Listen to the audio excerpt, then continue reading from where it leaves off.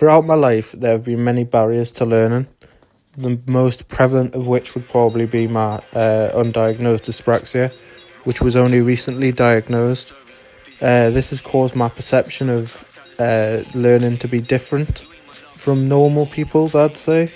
due to the fact that I felt like an outcast in most learning situations due to not understanding organisation and having issues in regards to hand-eye coordination and such. However, I managed to develop some coping strategies and managed to get myself to the second year of university, where I had a emergency surgery to remove an abscess, which caused me a lot of anxiety and led to more anxiety related problems and post-traumatic stress disorder. This caused me many different issues in regards to university, culminating in me having to drop out for a year and take a leave of absence so I could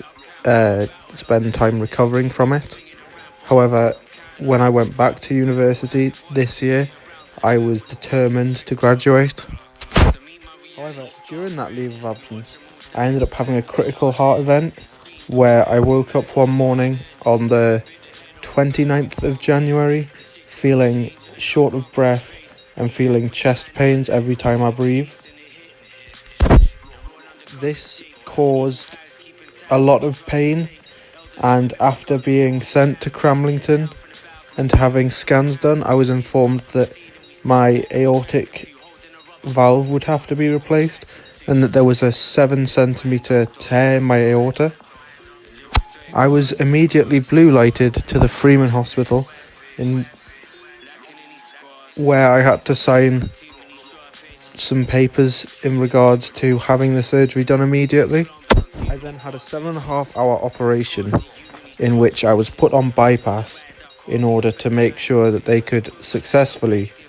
replace my aortic valve with one made from titanium, and also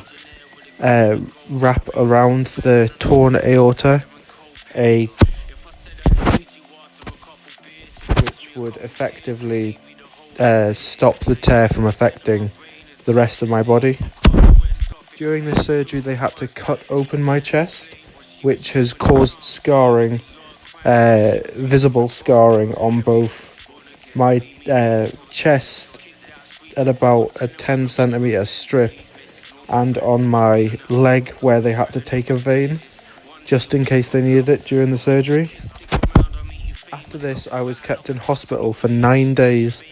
where they had to evaluate how thin my blood was,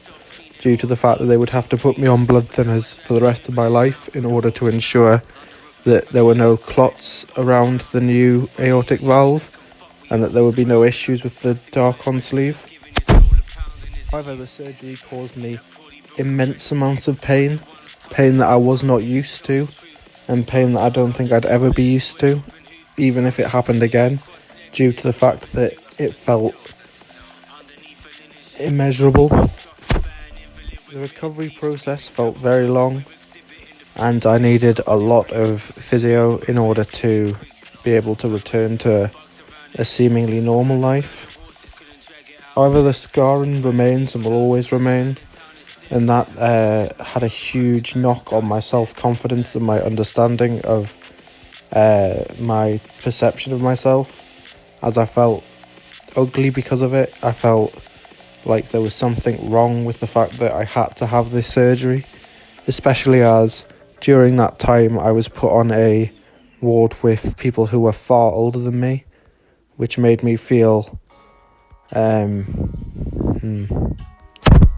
it made me feel abnormal, and it made me question why it was always me who seemed to be ill. I always seemed sickly. Although I acknowledge that the surgery was definitely necessary, due to the fact that the doctors at the time told me that I needed to sign papers in regards to a medical waiver,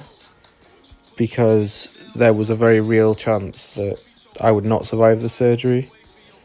But the way the doctors rationalised it was that if I left the hospital without having the surgery and I opted out, then there'd be 100% chance that I would die within 2 weeks. And during this recovery process, I had many people share, post, comment on social media to try and gain some sort of sense of altruism, when in fact they couldn't care less when I came out of hospital. And during the time, it just felt as though they would personally be happier if I'd passed away, so they could post it and comment and the such. At the time, I'd been listening to a lot of J-Rock because his album had just came out, and the quote that resonated the most with me at that time was that Instagram is a dead man's best friend, due to the fact that it felt as though people were trying to use a situation they shouldn't have to try and gain some sort of clout, some sort of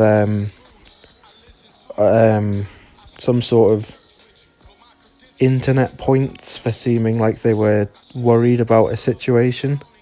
when in fact they didn't really care once I'd came out of hospital and once they knew I was recovering. However, I am very grateful for the surgeon's use of modern technology in order to both save my life and lengthen it. A luxury that was not afforded to my dad, who died at 32 from a similar heart event just before I was born, which affected my perception of both heart events, heart issues, and death.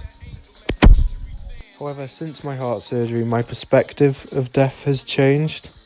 I now understand it as a inevitability rather than something to be afraid of or scared of.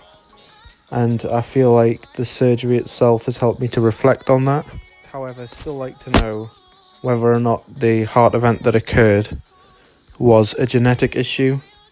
or a lifestyle issue, as there has been genetic testing done, but we still are yet to receive results. However, as a positive note from this surgery, my positionality of perspective has changed, which means that I can see the event for what it was, as well as the emotions that it holds,